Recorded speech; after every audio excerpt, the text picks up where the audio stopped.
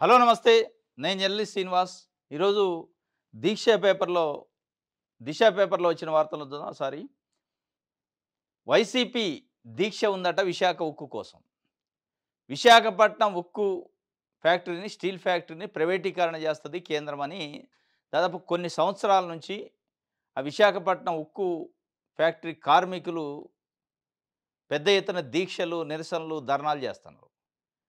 ఆ దీక్షలు, నిరసనలుకి ఇదే వైఎస్ఆర్‌సీపీ ప్రభుత్వం అధికారంలో ఉన్నప్పుడు అటు తెలుగుదేశం, జనసేన పార్టీ మద్దతిచ్చినాయి. విశాఖ స్టీల్ ఫ్యాక్టరీని ప్రైవేటీకరణ అవ్వకుండా ఆపుతాం మేము, అడ్డం పడతాం అవసరమైతే అన్నారు. ఏ కేంద్రం అయితే ప్రైవేటీకరణకు పూనుకుందో, ఆ కేంద్రంలో ఈరోజు పొత్తులో ఉన్న కూటమి తెలుగుదేశం, జనసేన. దానిపైన పల్లెత్తు మాట మాట్లాడలే. మాట్లాడకపోగా మొన్న ఒక అడుగు ముందుకేసి డిప్యూటీ సీఎం పవన్ కళ్యాణ్ గారు ఇంకో మాట అన్నాడు. విశాఖ స్టీల్ ఫ్యాక్టరీ ప్రైవేటీకరణ అనేది లేదు. ఎందుకు అంటే 14,000 కోట్ల రూపాయలు ఆర్థిక సాయం చేశారు కదా, చేశారు కాబట్టి ఇక ఉండదు అంటారు. ఆ మాట ప్రధానమంత్రి గారితోనో, కేంద్ర మంత్రులతోనో, పార్లమెంట్‌లోనో ప్రకటన చేపించండి అంటే లేదు లేదు అవసరం లేదంటారు. ఒకవైపు ప్రైవేటీకరణ ప్రాసెస్ నడుతుందని పార్లమెంట్ సాక్షిగా ఉక్కు శాఖ సహాయ మంత్రి చెప్పారు. ఇప్పుడు ఇప్పుడు ప్రతిపక్షంలో ఉన్న వైసీపీ మళ్ళా వాళ్ళని భుజానెత్తుకుంది. వైసీపీ మన విశాఖ స్టీల్ ఫ్యాక్టరీ కార్మికుల్ని. విశాఖ స్టీలు ఉక్కు ప్రైవేటీకరణ కాకుండా మేము కూడా దీక్ష చేస్తామని వాళ్ళు ముందుకొచ్చారు. అంటే రాజకీయ పార్టీలు ప్రతిపక్షంలో ఉన్నప్పుడేమో కార్మికుల దీక్షలు, కార్మికుల నిరసనలు, కార్మికుల సమస్యలు కనపడతాయి. అధికారం వస్తే ఇప్పుడు చంద్రబాబు నాయుడు గారు, పవన్ కళ్యాణ్ గారు ఎట్లయితే అధికారం వస్తే ఆ అధికార మత్తులో మరి కనపడతలేదు తెలియదు కానీ విశాఖ ఉక్కు ఫ్యాక్టరీ పైన కేంద్రంతోని ప్రకటన చేయించే పరిస్థితి లేదు. సరే అల్టిమేట్‌గా ఒక ప్రధాన రాజకీయ పార్టీ ఇప్పటివరకు కమ్యూనిస్ట్ పార్టీలు ఉన్నాయి వాళ్ళకి మద్దతుగా, కాంగ్రెస్ పార్టీ ఉంది మద్దతుగా కొంత. కమ్యూనిస్ట్ పార్టీలు అయితే ప్రత్యక్షంగా మద్దతు ఇస్తున్నారు, ప్రత్యక్షంగా వాళ్ళ కార్యక్రమాల్లో పాల్గొంటున్నారు. ఇప్పుడు వైసీపీ దీక్ష చేస్తూ ఉంటుంది. కేవలం దీక్ష కోసము అంటే వైసీపీ కూడా మద్దతు ఉందని చెప్పడానికి చేస్తారా, నిజంగానే ప్రైవేటీకరణ ఆపటానికి చేస్తారా అనేది కూడా ఇక్కడ ప్రశ్న. నిజంగా ప్రైవేటీకరణని ఆపటానికి ప్రయత్నం చేస్తే, ప్రైవేటీకరణకు వ్యతిరేకమైతే ఈరోజు లెఫ్ట్ పార్టీలు ఏ రకమైన ఉద్యమం చేస్తాయో అట్లా చేయాలి. మరి వీళ్ళు ఆ పరిస్థితి ఉందా? ఆ పరిస్థితే ఉంటే ఎన్డీఏ కూటమి అభ్యర్థి సిపి రాధాకృష్ణన్ ఉపరాష్ట్రపతి అభ్యర్థి. ఆయనకు మద్దతు ఇస్తున్నారు. మరి మద్దతు ఇచ్చేటప్పుడు మీ మద్దతు వాళ్ళు అడిగారు, మీరు ఇస్తున్నారు. ఆ ఇచ్చేటప్పుడు రాష్ట్రానికి సంబంధించిన ప్రధాన సమస్య విశాఖ ఉక్కు ఫ్యాక్టరీ ప్రైవేటీకరణ. దాన్ని మీరు ప్రైవేటీకరణ చేయను అని ప్రకటన చేస్తే మేము మద్దతు ఇస్తామని ఏమైనా కండిషన్ పెట్టారా? పెట్టలే. అన్‌కండిషనల్‌గా మద్దతు ఇస్తాను. ఒకవైపు కేంద్రానికి అన్‌కండిషనల్‌గా మద్దతు ఇస్తూనే, ఇంకొక వైపు కేంద్రం పైన, రాష్ట్రం పైన దీక్షలు అంటున్నారు. ఇదే పందాని చంద్రబాబు నాయుడు గారు వ్యవహరించాడు గడిచిన 5 సంవత్సరాల్లో. ఒకవైపు వాళ్ళ ఎంపీలని కేంద్ర ప్రభుత్వానికి, మోడీకి మద్దతు ఇప్పిస్తూనే, ఇంకొక వైపు రాష్ట్రంలో ఉద్యమాలు, దీక్షలు, నిరసనలు, ధర్నాలు చేశారు. కాబట్టి ఇప్పుడు ఆంధ్రప్రదేశ్లో ఉన్న 3 ప్రధాన రాజకీయ పక్షాలు బీజేపీ కాకుండా జనసేన, వైసీపీ, టీడీపీ ఎట్టి పరిస్థితుల్లో ఢిల్లీకి సరెండర్ అయ్యి ఉంటున్నారు. ఏదన్నా ఉంటే సమస్యలు, నిరసనలు, దీక్షలు ఇక్కడ రాష్ట్ర స్థాయిలో రాష్ట్ర ప్రభుత్వం పైన, రాష్ట్ర రాజకీయాలపైన చేస్తున్నారు తప్ప కేంద్రం నుంచి రాష్ట్రానికి రావాల్సిన విషయాలపైన నోరు మెదపట్లే, కనీసం మాట మాట్లాడలే. దానివల్ల చాలా నష్టపోతున్నారు ఆంధ్రప్రదేశ్ ప్రజలు. ఈరోజు చంద్రబాబు నాయుడు గారు 45 సంవత్సరాల రాజకీయ అనుభవం, చంద్రబాబు నాయుడు గారు ఎంపీల మద్దతుతో నడుస్తున్న కేంద్రంలో ప్రభుత్వం ఉన్నప్పటికీ ఈరోజు కూడా కనీసం అంటే కనీసం నిధులు వచ్చే పరిస్థితి లేదు రాష్ట్రానికి. అది అమరావతి కావచ్చు, పోలవరం కావచ్చు, వెనకబడిన జిల్లాలు కావచ్చు, అనేక అంశాలలో అంటే వస్తున్నాయి, రొటీన్‌గా రావాల్సినవి. మద్దతు ఇస్తున్న పార్టీకి, మద్దతు ఇస్తున్న రాష్ట్రానికి ఉండాల్సినంత ప్రాధాన్యత లేదు. జనరల్‌గా క్యాజువల్‌గా వచ్చే రాష్ట్రాల లెక్క వస్తున్నాయి తప్ప, ఈరోజు ప్రభుత్వాన్ని నిలబెట్టిన పార్టీగా, ప్రభుత్వాన్ని నిలబెట్టిన రాష్ట్రంగా, ఈ రాష్ట్ర ప్రజలు ఎన్డీఏ కూటమికి మద్దతు ఇచ్చి గెలిపించిన ఆ ఫలితాలు కనపడలేదు. మొత్తానికి వైసీపీ అయితే దీక్షకి పూనుకుంది. మరి ఈ దీక్ష ఎంతవరకు నిజంగా అది ఆగే వరకు, ప్రైవేటీకరణ ఆపే వరకు చేస్తారా, లేదా మధ్యలో ఆపుతారా చూడాలి. ఇంకోటి కాంగ్రెస్ కలిసి రాని షర్మిల చరిష్మా, దివంగత సీఎం వైఎస్ రాజశేఖర రెడ్డి వారసురాలుగా కాంగ్రెస్‌లోకి వచ్చింది. వాస్తవం కాంగ్రెస్ పార్టీ ఢిల్లీలో ఉన్న అధిష్టానం ఒక అంచనా ఏసుకుంది. ఆంధ్రప్రదేశ్‌లో రాష్ట్ర విభజన తర్వాత పూర్తిగా పార్టీ చచ్చిపోయింది. కనీసం జెడ్పీటీసీలు, ఎంపీటీసీలు కూడా గెలిపించలేని పరిస్థితిలో ఉంది. ఈ పరిస్థితిలో ఏదన్నా ఫేస్ వాల్యూ చరిష్మా ఉన్న లీడర్ ఉంటే తప్ప కాంగ్రెస్ పార్టీని మళ్ళా ఊపిరి పోయలేడు. ఆ చరిష్మా ఉన్న నాయకుడు ఎవరంటే దివంగత వైఎస్ రాజశేఖర రెడ్డి కుటుంబ సభ్యురాలైన వైఎస్ రాజశేఖర రెడ్డి కూతురైన షర్మిల అయితే చాలా బలంగా ఉంటది. ఆమె ఫేస్ వాల్యూ పనిచేస్తది.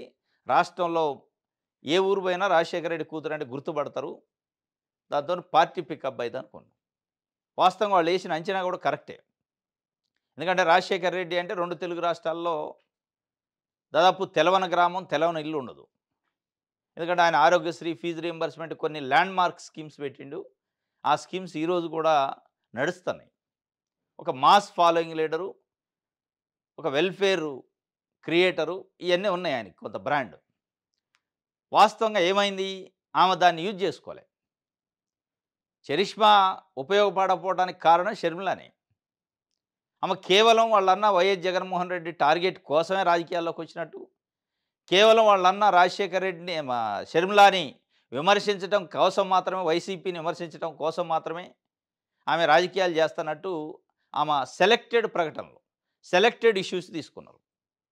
పబ్లిక్ ఇష్యూస్ తీసుకోలే. కొన్ని ఎంపిక చేసుకున్న ఇష్యూస్ తీసుకొని వాటిపైన ప్రెస్ మీట్లు, వాటిపైన ఉద్యమాలు చేశారు. అనేక అంశాలు జరుగుతున్నాయి రాష్ట్రంలో. వాటేటిపైన మాట్లాడరు. ప్రజల గురించి మాట్లాడలే. కేవలం వైసీపీని, జగన్మోహన్ రెడ్డిని ఇరుకున పెట్టే కార్యక్రమాలనే సెలెక్ట్ చేసుకొని వాటిపైన మాత్రమే మాట్లాడారు. అప్పుడు ఆంధ్రప్రదేశ్‌లో ఉన్న ప్రజలు ఏమనుకున్నారంటే ఇది అంటే ఈ కాంగ్రెస్ పార్టీయో, కాంగ్రెస్ పార్టీ పెట్టిన అధ్యక్షురాలు మన కోసం పెట్టినట్టు లేదు. కేవలం వాళ్ళ అన్న జగన్మోహన్ రెడ్డిని టార్గెట్ చేయడానికి ఆమె పదవి తెచ్చుకున్నట్టుంది గానీ మనకో లేకపోతే ఈ పార్టీని అభివృద్ధి చేయడానికి కాదు కాబట్టి మనం ఈమెను పక్కకు పెట్టేద్దామని ఆమెని చాలా నామినల్ అయిపోయింది. ఈరోజు కమ్యూనిస్ట్ పార్టీల కంటే కూడా చాలా తక్కువ స్థాయి పార్టీ అయిపోయింది. ఇది షర్మిలాకు సంబంధించి చాట్ జీపీటీ చెప్పిందని తల్లిని చంపేసిండట. ఇది ఒక డేంజర్ అయింది. చాట్ జీపీటీ ఈ మధ్య కాలంలో చాట్ జీపీటీ, ఏఐ టెక్నాలజీ మంచికి ఉపయోగపడుతుంది. కొన్ని చెడుకు కూడా ఉపయోగపడుతుంది. ఇది తల్లిని చంపేసిండట. చాట్ జీపీటీలో కొడితే చంపమని వచ్చిందట, చంపేసిండు. మానసిక కొంత రోగట అతను. ఆ తర్వాత తాను ఆత్మహత్య, కుమారుడు స్టెయిన్ ఎరిక్ సోల్బర్గ్ మానసిక రోగి. యూఎస్ఏలోని కనెక్టికట్లో దారుణం. ఏఐ ప్రభావంతో హత్య చేసిన తొలి ఘటన ఇదే. ఇలాంటి ఘటన జరగడం దురదృష్టకరం. స్పందించిన చాట్ జీపీటీ మాతృ సంస్థ ఓపెన్ ఏఐ. ఇది ఈ చాట్ జీపీటీతో జాగ్రత్తగా ఉండాలి. పిల్లలకి మొబైల్స్ ఇచ్చి, ల్యాప్టాప్లు ఇచ్చి చాట్ జీపీటీలో సెర్చ్ చేస్తూ ఉంటారు. కాస్త గమనించాలి మనం. ఇగో హత్య జరిగింది. మానసిక రోగట. తల్లిని హత్య చేసిండు, ఆత్మహత్య చేసుకుంది. ఇది ఒక వార్త. రైట్. సాక్షి పేపర్ చూద్దాం.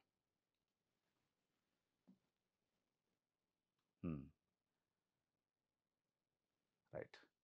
పెన్షన్దారుల్లో టెన్షను, అనర్హులంటూ దాదాపు 1,00,000 మంది దివ్యాంగులకు ప్రభుత్వం నోటీసులు ఇచ్చింది. వాస్తవంగా గడిచిన ఈ ఆగస్టు నెల మొత్తం పాపం పెన్షన్దారుల్లో టెన్షనే ఉంది. 1,00,000 మందికి పైగా దివ్యాంగులకి ప్రభుత్వం నోటీసులు ఇచ్చింది. ఏమని ఇచ్చింది? మీ పెన్షన్ తొలగిస్తాము, ఎందుకు తొలగించకూడదో చెప్పండి అని. దివ్యాంగులు 2 కాళ్ళు లేనోళ్ళు, 2 చేతులు లేనోళ్ళు, కళ్ళు లేనోళ్ళు వాళ్ళ కళ్ళకు కనపడుతుంది ప్రభుత్వానికి కానీ ఆ నోటీసులు ఇచ్చిన వాళ్ళకి. అయినా కానీ ఇచ్చి నీ పెన్షన్ ఎందుకు తొలగించకూడదో చెప్పు అంటే అసలు ఏం చెప్పాలి వాళ్ళు? వాళ్ళ జీవితాల్లో ఒక పెను తుఫాన్ చేశారు ఈ నోటీసులు. ఒక అంధకారం, ఆందోళన. ఏం చేయాలో తెలియని పరిస్థితి. ఏ ప్రభుత్వం అయితే వికలాంగులకు, దివ్యాంగులకు పెన్షన్ ఇవ్వాలనో అదే ప్రభుత్వం నీ పెన్షన్ ఎందుకు తీయొద్దు, ఎందుకు తొలగించొద్దు అని నోటీస్ ఇస్తే ఏం చేయాలి పాపం వాళ్ళు? ఆ టెన్షన్లో ఉండరు. ఎందుకంటే ఈరోజు 1 తారీఖు.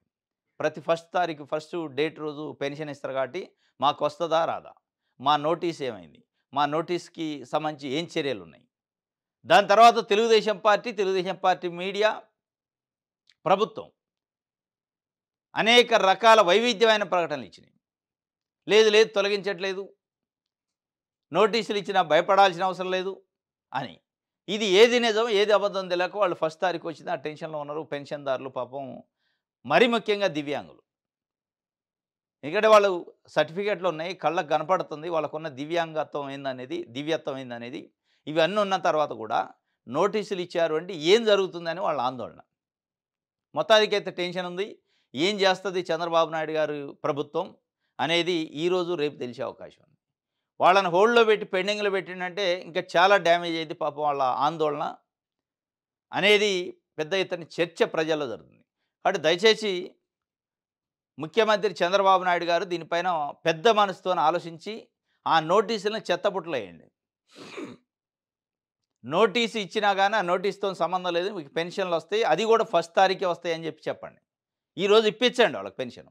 మరి ముఖ్యంగా మిగతా వాళ్ళకంటే నోటీసు మీరు ఎవరికైతే ఇచ్చారో వాళ్ళకి ఈరోజు జమ చేస్తే వాళ్ళ అకౌంట్‌లో, వాళ్ళకి ఆ పెన్షన్ ఇస్తే చాలా ఇబ్బంది లేకుండా పోద్ది. లేదంటే వాళ్ళ టెన్షన్‌లో, ఆందోళనలో రకరకాల ఇబ్బందులు ఎదురయ్యే అవకాశం ఉంది. కొంతమంది హార్ట్ స్ట్రోక్‌లు కూడా వస్తాయి ఆందోళనతోని. అంటే ముఖ్యంగా ఎవరికైతే నోటీసులు ఇచ్చారో వాళ్ళ సమస్య ఈరోజు పరిష్కరించాలా. ఇంక మిగతా వాళ్ళకి సరే కొంచెం అటు ఇటు అయినా టెన్షన్ ఉండదు. నోటీసు వచ్చిన వాళ్ళు పెన్షన్ ఈరోజు రాలేదంటే అది చాలా ఆందోళన అయిద్ది వాళ్ళ జీవితాల్లో. కాబట్టి చంద్రబాబు నాయుడు గారు, డిప్యూటీ సీఎం పవన్ కళ్యాణ్ గారు పెద్ద మనసుతోని ఇద్దరు మాట్లాడుకొని మనని ఎన్నుకున్నది వాళ్ళు కదా! వాళ్ళ ప్రాణాల మీదకి మనం తేవద్దు. వాళ్ళని ఆందోళన పెట్టొద్దనే ఒక పెద్ద మనసుతోని ఆలోచన చేయాలి. పెద్ద ఆలోచన. అనర్హులు అంటే దాదాపు 1,00,000 మందికి దివ్యాంగులకు ప్రభుత్వం నోటీసులు ఇచ్చింది. నిరుద్యోగంలో మూడో స్థానంలో ఉందట ఏపీ. ఈ ఏడాది ఏప్రిల్, జూన్ వరకు లేబర్ సర్వే నివేదికల వెల్లడి. రాష్ట్రంలో నిరుద్యోగిత 21% ఉందట. జాతీయ స్థాయిలో 14.6% ఉంటే మన రాష్ట్రంలో 21% ఉందట. నిరుద్యోగంలో ఆంధ్రప్రదేశ్ మూడో స్థానంలో ఉంది. స్థానాలు బాగా వస్తున్నాయి ఆంధ్రప్రదేశ్‌కి. అత్యంత ధనికమైన, సంపన్నమైన ముఖ్యమంత్రుల జాబితాలో మొదటి స్థానంలో వచ్చింది. కానీ నిరుద్యోగం విషయంలో మూడో స్థానంలోకి వచ్చింది. ఇది కూడా మొదటగా వస్తే బాగుండేది. సంపన్నుల దాంట్లో ఎట్లయితే మొదటి జాబితా వచ్చిందో ఇది కూడా మొదటిది రావాల్సి ఉండే. నారా లోకేష్ గారు, నారా చంద్రబాబు నాయుడు గారు దావోసు, సింగపూరు రకరకాల పర్యటనలు, రకరకాల సూటు, బూట్లు వేసుకున్న పారిశ్రామికవేత్తలతోని పదే పదే సమావేశాలు పెడతా ఉన్నారు. ఇగో ఆడ కోట్లొచ్చినియి, ఈడ 10,000 కోట్లు, ఈడ 5,000 కోట్లు, 5,000 కోట్లకు 50,000 ఉద్యోగాలు, 10,000 కోట్లకు 1,00,000 ఉద్యోగాలని చెప్తున్నారు. మరి ఎందుకుంది ఇది? 14 నెలలు అయింది ప్రభుత్వం ఏర్పడి.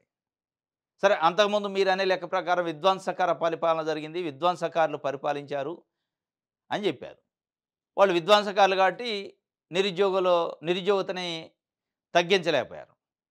మనం అది కాదు కదా! వికాసం వైపు తీసుకుపోతున్నాం కదా! ఉపాధి వైపు తీసుకుపోతున్నాం కదా! ఈ వికాసం ఏమైంది? అనేది ఈరోజు నిరుద్యోగ యువతలో చర్చ. జగన్మోహన్ రెడ్డి కూడా సచివాలయాలని, గ్రామ వాలంటీర్లని రకరకాలు పెట్టి 3,50,000 ఉద్యోగాలు ఇచ్చినవని వాళ్ళు చెప్తున్నారు. అవి కొన్ని కనపడుతున్నాయి కూడా గ్రామ సచివాలయాలు కళ్ళ ముందు అవి నడుస్తున్నాయి. మనం ఇచ్చిన మెగా డిఎస్సి 16,000 పోస్టులకే 16 రకాల వ్యవహారాలు, 16 రకాల మెలకలు, దాంట్లో రకరకాల మెరిట్ జాబితాలో ప్రతిభకు పాత్ర వేయటాలు ఇవన్నీ ఉన్నాయి. ఇది సరే గవర్నమెంట్ సెక్టార్ పక్కన పెడితే ప్రైవేట్ పరంగా మీరు తెస్తే ప్రైవేట్ అంటున్నారు. పెట్టుబడులు వస్తున్నాయి అయిపోయింది అంటున్నారు. ఈ వచ్చిన పెట్టుబడులు ఏంది, రూటింగ్ అయినది, ఎంతమందికి నిరుద్యోగులకి ఉద్యోగాలు వచ్చినాయి అది చెప్పాలి కదా, చెప్పరు. నిరుద్యోగంలో అయితే మూడో స్థానంలో ఉంది. మరి దాన్ని దయచేసి చంద్రబాబు నాయుడు గారు, నారా లోకేష్ గారు మొదటి స్థానంలోకి తీసుకోకుండా చూడండి. ఈ 3 నుంచి 5, 6 ఇంకా ముందుకి తగ్గించే కార్యక్రమం అన్న చేయండి తప్ప మొదటి ర్యాంకులోకి వచ్చే కార్యక్రమం చేయొద్దు. చంద్రబాబు నాయుడు గారు మొదటి ర్యాంకులో సంపన్న ముఖ్యమంత్రుల జాబితాలో ఉన్నట్టు నిరుద్యోగ దాంట్లో కూడా మొదటి స్థానంలోకి తీసుకురాకుండా చూస్తే మంచిది.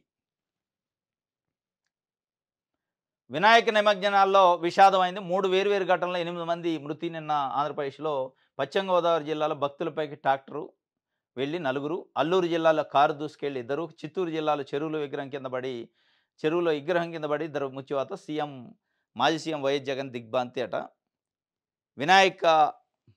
వినాయకుడి నిమజ్జనాలు జరుగుతూ ఉన్నాయి. ఈరోజు నిన్న 5th డే, రేపు మళ్ళీ 7th డే, ఇట్లా 9th డే అట్లా జరుగుతూ ఉంటాయి. అత్యంత జాగ్రత్త తీసుకోవాలి. దీన్ని చూసేనా పశ్చిమ గోదావరి జిల్లాలో జరిగిన ఘటన, ఊరేగింపు చేస్తున్న ట్రాక్టరు అదుపు తప్పి ఆ ట్రాక్టర్ ముందు డ్యాన్స్ చేస్తున్న యువత పైకి దూసుకెళ్ళిందట. దాదాపు నలుగురు స్పాట్ డెడ్. ఈ ఈ ఈ దీంట్లోనే ఈ డ్రమ్ములు, డీజేలు ఈ ధ్యాసలో ఉండి ఎలక్ట్రిసిటీ ప్రమాదాలు జరిగే అవకాశం ఉంటది. పట్టించుకోరు వీళ్ళు. ఇట్లా బ్రేకులు ఫెయిల్ అయ్యి వెహికల్స్ కింద పడే అవకాశం ఉంటది. బోల్తా పడే అవకాశం ఉంటది. మీదకు పోయే అవకాశం ఉంటది. అనేక రకాల జాగ్రత్తలు తీసుకోవాలి. జాగ్రత్తల కోసం యువత చాలా పగడ్బందీగా ఉండాలి. ఎందుకంటే ప్రమాదం జరిగే అవకాశం ఉంటది. పండగ సందర్భంలో విషాదం కుటుంబాల్లో నింపొద్దు. కాబట్టి యువత జాగ్రత్త తీసుకోవాలి. ఆ యువతకి జాగ్రత్త చెప్పాల్సిన అవసరం పేరెంట్స్‌కుంది, పెద్దవాళ్ళకుంది. ఇది విషాదం జరిగింది పాపం నిన్న. కమల సారథిగా, రథసారథిగా శివరాజ్ సింగ్ బీజేపీ, ఆర్ఎస్ఎస్ పెద్దల్లో కుదిరిన ఏకాభిప్రాయం త్వరలో అధికారికంగా ప్రకటించే అవకాశం ఉంట. కలిసొచ్చిన ఆర్ఎస్ఎస్ నేపథ్యం, ప్రధాని మోదీ సాన్నిహిత్యం, 18 ఏళ్ల పాటు మధ్యప్రదేశ్ ముఖ్యమంత్రిగా అనుభవం ఉందట. అంటే కమలం పార్టీ, భారతీయ జనతా పార్టీ జాతీయ అధ్యక్షుడికి సంబంధించి మార్పు అని కొన్ని నెలల నుంచి చర్చ జరుగుతుంది. ఈ మార్పులో ఇప్పుడు వ్యవసాయ శాఖ మంత్రిగా, కేంద్ర వ్యవసాయ శాఖ మంత్రిగా ఉన్నాడు మాజీ మధ్యప్రదేశ్ ముఖ్యమంత్రి శివరాజ్ సింగ్ చౌహాన్. ఈయన ఆర్ఎస్ఎస్ నేపథ్యం ఉంది. ఇటు నరేంద్ర మోడీతోనూ కూడా సాన్నిహిత్యం ఉంది. ఎందుకంటే 18 ఏళ్ల పాటు ముఖ్యమంత్రి చేసిండు. అంటే మోడీ ముఖ్యమంత్రి చేసినప్పటి నుంచి ముఖ్యమంత్రి, గుజరాత్‌కి ఆయన ముఖ్యమంత్రి అయితే ఈయన మధ్యప్రదేశ్‌కి ముఖ్యమంత్రి. ఇక అక్కడి నుంచి మోడీ ప్రధానిగా ఉన్నప్పుడు కూడా ముఖ్యమంత్రిగా పనిచేసిండు. ఈ వాళ్ళిద్దరి మధ్యలో ఒక అండర్‌స్టాండింగ్ ఉంది. ఒక కమిట్మెంట్ ఉంది. ఒక కనెక్టివిటీ ఉంది. దాంతో పాటు ఆర్ఎస్ఎస్ నేపథ్యం. ఈ 2 కలిసి వచ్చినాయి అంటున్నారు. అంటే మోడీ, ఆర్ఎస్ఎస్ యాక్సెప్ట్ చేసిన క్యాండిడేట్‌గా ప్రకటించడమే తర్వాత అంటున్నారు. వాస్తవంగా నరేంద్ర మోడీ, అమిత్ షా ఒకవేళ పెట్టాలి అనుకుంటే భూపేంద్ర యాదవ్ గాని, జేపీ నడ్డా గాని అనుకుంటారు. వాళ్ళ ప్యానెల్ నుంచి. వాళ్ళకి చాలా నమ్మిన వాళ్ళు.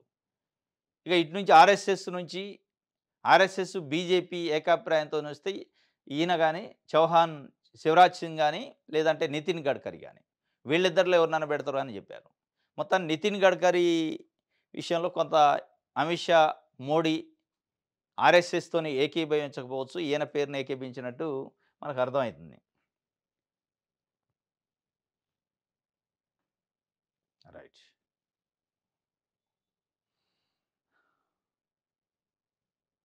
ఆంధ్రప్రదేశ్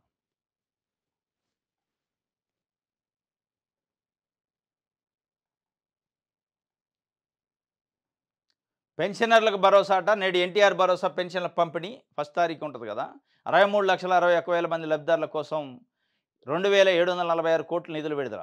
కొత్తగా 7,872 స్పౌజ్ పెన్షన్లు, దివ్యాంగులు, అనారోగ్య పీడితులకు ఇప్పుడే పంపిణీ. వైసీపీ విమర్శలకు చెక్ పెడుతూ నిర్ణయం. దివ్యాంగులను, అనారోగ్య పీడితులకు ఇప్పుడే పంపిణీ చేస్తారట. ఆ దివ్యాంగులలో నోటీసులు వచ్చిన దివ్యాంగులకు పంపిణీ చేయండి. అది మెయిన్. ఒక 7,872 కొత్త పెన్షన్ అట. అది స్పౌజు అంటే భర్త చచ్చిపోతే భార్యకి, భార్య చచ్చిపోతే భర్తకి ఇచ్చే పెన్షను. అవి కానీ కొత్తగా ఏమీ ఇయ్యలే. ఇది మొత్తానికైతే పెన్షనర్లకు భరోసా ఇస్తానంటున్నారు. ఆ భరోసా ముఖ్యంగా నోటీసులు ఎవరికైతే ఇచ్చారో వాళ్ళకి ఇవ్వండి. అది ప్రధానం. ఆంధ్రజ్యోతి చూద్దాం.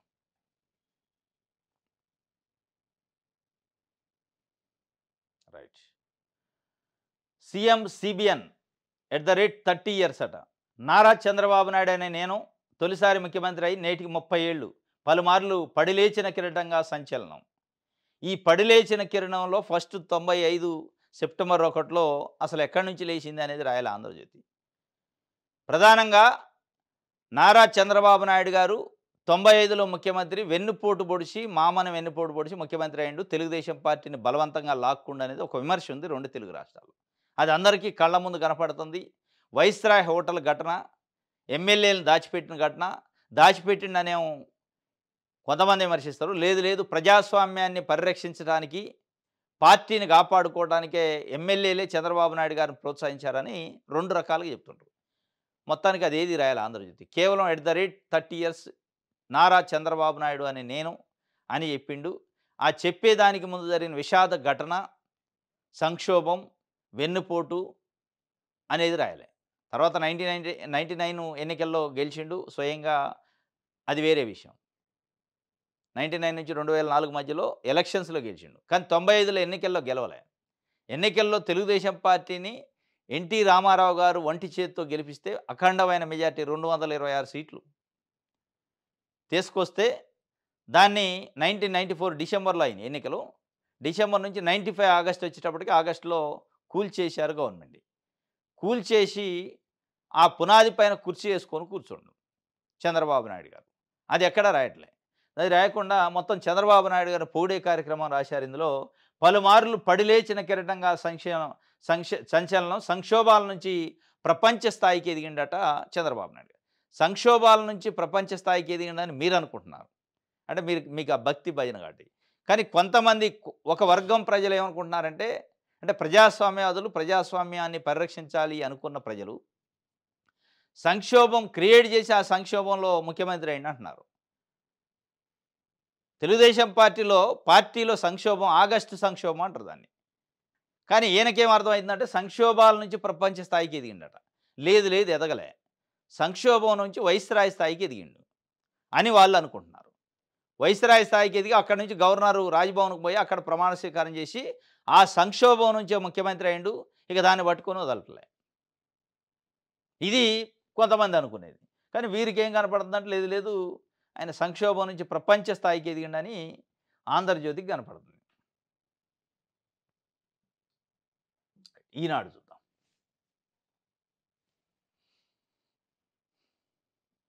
రైట్. భారత్ చైనా స్నేహగీతిక సరిహద్దులు వద్దు మిత్రత్వమే ముద్దు వివాదాలతో బంధాలు పాడు చేసుకోవద్దు కలిసి నడవడమే ఇరువురికి శ్రేయస్కరం డ్రాగన్ ఏనుగు కలిసి నాట్యం చేయాలి అని జిన్పింగ్ చెప్తుండు. మూడో దేశం కోణం నుంచి మన బంధాన్ని చూడకూడదు పరస్పర విశ్వాసంతో ముందుకు వెళదామని మోదీ చెప్పిండు. ఆ మూడో దేశం కోణం నుంచే ఈ బంధం ఏర్పడదని బయట అనుకునేది. డొనాల్డ్ ట్రంప్ సంచలనమైన నిర్ణయాలు తీసుకుంటుండు. భారతదేశం అంటే సుంకాల విధింపు కానీ భారతదేశానికి సంబంధించిన ఉద్యోగుల్ని పౌరుల్ని అక్కడ చదువుకోవడానికి పోయిన వాళ్ళని అనేక ఇబ్బందులు పెట్టడం ఈ వ్యవహారాలతోని అల్టిమేట్గా ఏమైందంటే అంటే డొనాల్డ్ ట్రంప్ టార్గెట్ చేసి భారతదేశాన్ని వ్యవహరిస్తాడనే ఒక డెసిషన్కి వచ్చినట్టు మోడీ 7 సంవత్సరాల నుంచి చైనాలో అడుగుపెట్టని మోడీ చైనా వెళ్ళండి. అంటే చైనాని చూపించి అమెరికాని కట్టడి చేసే కార్యక్రమం చేయడానికే పోయింది అనేది ఒక వ్యూహం ఇది. ఇప్పుడు వాస్తవంగా అమెరికా కూడా యుఎస్ఏ కూడా ఒక డిఫెన్స్లో పడది. చైనా రష్యా భారత్ ఈ 3 పెద్ద కంట్రీలు. ఈ 3 ప్యారలల్గా ఒక స్టేజ్ మీదకి వచ్చినాయి అంటే వణుకు పుట్టింది అమెరికాకి డొనాల్డ్ ట్రంప్కి. వాళ్ళలో స్టార్ట్ అయింది ఆల్రెడీ చర్చ. ఎడిపోతుంది ఈ వ్యవస్థ ఏం కథ అని. వాళ్ళు ముగ్గురు ఏకతాటి పైకి వస్తే చైనా రష్యా భారతదేశం ఇక అమెరికా ఆటలు సాగం అనేది ఒకటి ఉంది. స్నేహగీతకి అయితే భారత్ చైనా చేస్తానని రైట్.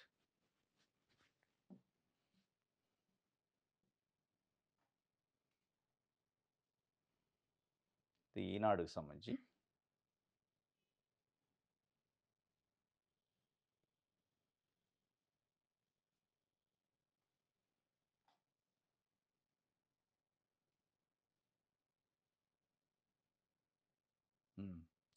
మష్కం మహాప్రమాదం అట. మష్కం అంటే దోమ. దోమలు చాలా ప్రమాదకరం వాస్తవంగా. దాని గురించి ఈనాడు ఒక స్టోరీ రాసింది. వర్షాలతో పాటు విజృంభిస్తున్న దోమలు జాగ్రత్తలతోనే జ్వరాలకు దూరం. ఇళ్ల పరిసరాల్లో నీరు నిలవకుంటే అనారోగ్యం తప్పినట్టే. పాల్సీఫారం జ్వరాలతో జాగ్రత్త సుమ. దోమలు 3 రకాలుగా ఉంటాయట. అప్పుడు వర్షాకాలం సీజన్లో జూలై ఆగస్ట్ సెప్టెంబరు ఈ 3 నెలల్లో అత్యంత ప్రమాదంగా ఉండే దోమలు 3 రకాలుగా ఉంటాయి. ఆ 3 రకాల దోమలు ఏ టైంలో కుడతాయి ఏ టైంలో అక్కడ అసలు వాటికి ఆవాసం ఏంది అనేది రాశారు. ఒకటి ఇడీస్ దోమట. ఇవి ఎక్కువగా ఉదయం సాయంత్రం కుడతాయి. వీటితో డెంగ్యూ గున్యా వంటి జ్వరాలు వస్తాయట. ఈ ఇడీస్ ఎజెప్టే అనే దోమ ఉంటుందట. ఇది అత్యంత ప్రమాదం. దీని లైఫ్ ఎంతో తెలుసా? 20 రోజులే. పుట్టిన తర్వాత 20 రోజులు బతికిద్ది అది. కానీ ఆ 20 రోజులు బీభత్సం చేసేస్తుంది. ఆ 20 రోజుల్లో మనుషులు సంచరించే ప్రాంతాల్లో అది ఉంది అంటే కుట్టిందంటే డెంగ్యూ వచ్చినట్టే. డెంగ్యూ వచ్చిందంటే ఇక హాస్పిటల్లో రెడీగా గోతికాడ గుంట నక్కల లెక్క కాసుకొని కూర్చుంటారు కొన్ని హాస్పిటల్స్. ఎప్పుడు డెంగ్యూ వస్తదా? డెంగ్యూ దోమలు పెరిగితే బాగు, డెంగ్యూ దోమలు పోయి కుడితే బాగు, మా హాస్పిటల్‌లో పేషెంట్‌లొస్తే బాగు అనుకునే హాస్పిటల్ చాలా ఉన్నాయి. ఇది అత్యంత ప్రమాదం. కేవలం పగలే గుట్టిద్దట ఇది. ఉదయం, సాయంత్రం పగలు టైంలో గుట్టిద్ది. నైట్ ఉండదు మళ్ళిది. నైట్ దానికి కళ్ళు కనపడవట. ఇది ఎక్కడ పెరిగిద్ది మరి? అంటే మన ఇంటి చుట్టుముట్టు, ఇంటి పరిసరాలలో మామూలుగా మనం వాడని చిప్పలు, ఇట్లాంటి కొబ్బరి బొండాలు, తాగి పడేసిన కొబ్బరి బొండాలు, తాగి పడేసిన బాటిల్సు, టైర్లు, యూజ్ చేయని టైర్లలో ఆ వాటర్ వర్షానికి వాటర్ నిల్చొనుంటాయి. వాటర్ ఒక 1 వీక్ 10 డేస్ వాడకుండా, కదలకుండా అటు ఉంచితే ఆ వాటర్‌లో క్రియేట్ అయితాయి అయ్యి. ఆ దోమ పుట్టిద్ది అందులో. ఆ వాటర్ మీద నుంచి వచ్చి కుట్టిద్ది పగలు. కుట్టిందంటే ఖతమే డెంగ్యూ వచ్చినట్టే. డెంగ్యూ వచ్చిందంటే ఇక దాని తర్వాత ప్లేట్‌లెట్స్ పడిపోతుంటాయి. ప్లేట్‌లెట్స్ పడిపోతుంటే మనిషి ప్రాణానికి కూడా ప్రమాదం ఉంటదట. ప్లేట్‌లెట్స్ కౌంట్ డౌన్ అయిందనుకో, డెంగ్యూ వచ్చినప్పుడే ప్లేట్‌లెట్స్ డౌన్ అయితాయి. ఆ డౌన్ అయింది అంటే ఖతమే అవసరమైతే నరాలు చిట్లి బ్లడ్ బ్లీడింగ్ అయ్యే అవకాశం కూడా ఉంటదట. రకరకాల ఇబ్బందులుంటాయి. వన్స్ ప్లేట్‌లెట్స్ కౌంట్ డౌన్ అయిందంటే బ్లడ్‌లో ఒక కాంపోనెంట్ అది. ఆ బ్లడ్‌లో ఆ కాంపోనెంట్ తగ్గింది అంటే బ్లడ్ ఫ్లో అయ్యే ప్రతి ఏరియాలో ఎక్కడో ఒక దగ్గర ప్రమాదం జరిగిద్ది. అది గుండె కావచ్చు, కిడ్నీ కావచ్చు, బ్రెయిన్ కావచ్చు. ఎక్కడైనా జరిగే అవకాశం ఉంది బ్లీడింగు. అది ప్రాణాల మీదకి తెస్తది. కాబట్టి ఈ దోమతోని జాగ్రత్తగా ఉండాలి. ఈ దోమ రాకుండా ఉండాలంటే ఏం లేదు, చుట్టూ పరిసర ప్రాంతాలలో పాత టైర్లు గానీ, పాత బాటిల్స్ గానీ, పాత కుండలు, ఇట్లాంటి చిప్పలు గానీ, పాత ఈ గాబులు, తొట్లు ఉంటాయి గదా! వాటిని బోర్లిచ్చాల. నీళ్లు నిలవకుండా చేసుకోవాల. చాలిగది. లేదా బిల్డింగు టెర్రస్ పైన ఏమైనా పనికిరాని బాటిల్స్ అయ్యి ఉంటే వాటిలలో చేరతాయి. ఇదొక దోమ. 3 రకాల దోమల్లో అదొకటి. ఇంకోటి అనాఫలిస్ అని, ఇవి రాత్రిళ్ళు కుడతాయి. అయ్యేం పగలు కుడితే, ఈ రాత్రి కుడతాయి. ఈ రాత్రి కుట్టే దోమ అనాఫలిస్‌తోనే ఏందంటే మలేరియా వస్తది. మలేరియా కూడా ప్రమాదమే. అదే డెంగ్యూ అంత ప్రమాదం కాదు. ఇది మలేరియా దోమ. క్యూలెక్స్ అని ఉంటది. ఈ సాయంత్రం, రాత్రి ఎక్కువగా కుడతాయి. వీటిలో ఫైలేరియా, మెదడు వాపు వ్యాధి ఇంకోటి మూడో రకం. ఈ 3 రకాల దోమలతోనే అత్యంత ప్రమాదం. వర్షాకాలం జాగ్రత్తగా ఉండాలి. ఆ జాగ్రత్తగా ఉండే దాంట్లో జ్వరం రాకుండా ఉండాలంటే మన చేతిలో ఉంది, జాగ్రత్త పడాలి. జాగ్రత్త పడే దాంట్లో మన చుట్టూ ఉన్న పరిసర ప్రాంతాలు శుభ్రంగా ఉంచుకోవాలి. మన చుట్టూ ఉన్న పరిసరాలను గమనించుకోవాలి. అది ప్రధానం. ఇది తీసుకోవాల్సిన జాగ్రత్తలు ఏంటంటే ఇంటి చుట్టుపక్కల నీరు నిల్వ లేకుండా చూడాలి. బకెట్లు, డ్రమ్ములు ఖాళీ చేసి శుభ్రంగా ఉంచాలి. కూలర్లలో నీరు నిల్వ లేకుండా చూడాలి. ఫ్రిడ్జ్ వెనక భాగంలో చేరే నీరు తొలగించాలి. నిద్రపోయేటప్పుడు దోమతెర వాడాలి. శరీరాన్ని పూర్తిగా కప్పే దుస్తులు ధరించాలి. ఇంటి ద్వారాలు, కిటికీలకు నెట్లు పెట్టుకోవాలి. ఉదయం 6-7 గంటల లోపు, సాయంత్రం మళ్ళీ 6-7 గంటల లోపు ఇంటి తలుపులు మూసివేయాలి. ఈ సమయంలో బయట నుంచి దోమలు వచ్చే అవకాశం ఉంది, ఎక్కువ ఉంటది. బంతి, తులసి, కలబంద మొక్కలు పెంచితే ఇళ్ల లోపలికి దోమలు ఎక్కువగా రావు. ఈ ఈ కొన్ని జాగ్రత్తలు చెప్పారు. కూలర్లలో కూడా వాటర్ ఉంటాయి. ఎందుకంటే సమ్మర్ వచ్చినప్పుడు కూలర్లు యూజ్ చేసి ఆడ పక్కన పడేస్తారు. ఈ వర్షానికి దాంట్లో నీళ్ళు చేరతాయి. ఆ నీళ్ళు అట్లే ఉంటాయి. ఆ నీళ్ళలోంచి దోమలొస్తాయి. ఫ్రిడ్జ్‌లో ఎనకాల నీళ్లు చేరతాయి. ఇది మనకు కనపడవు. కొన్ని చిన్న చిన్న ఫ్లవర్ బొకేస్‌లో వాటర్ పెట్టి వాటర్‌లో పెడతా ఉంటారు. వాటి నుంచి వస్తాయి. ఇవి వర్షాకాలంలోనే ఈ బెడద, ఎందుకంటే ఇంటి పరిసరాల్లో నీరు నిల్వ ఉండటంతో దోమల ఉత్పత్తికి అవకాశం. దోమలు నీటిలో గుడ్లు పెడతాయి. లార్వా, ప్యూపా దశలో నీటిలో తేలుతూ పెరుగుతాయి. 7-10 రోజుల వ్యవధిలో దోమ నీటిలో నుంచి బయటకొచ్చి ఎగురుతుంది. ఇది వర్షాకాలంలో ఎందుకుంటాయంటే వర్షాలు వస్తాయి. ఆ నీళ్ళు ఎక్కడో ఒక జామ్ అయితా ఉంటాయి. ఎండాకాలంలో నీళ్ళు ఉండవు కాబట్టి దోమ పుట్టదు. ఇది దోమలతో తస్మత్ జాగ్రత్త.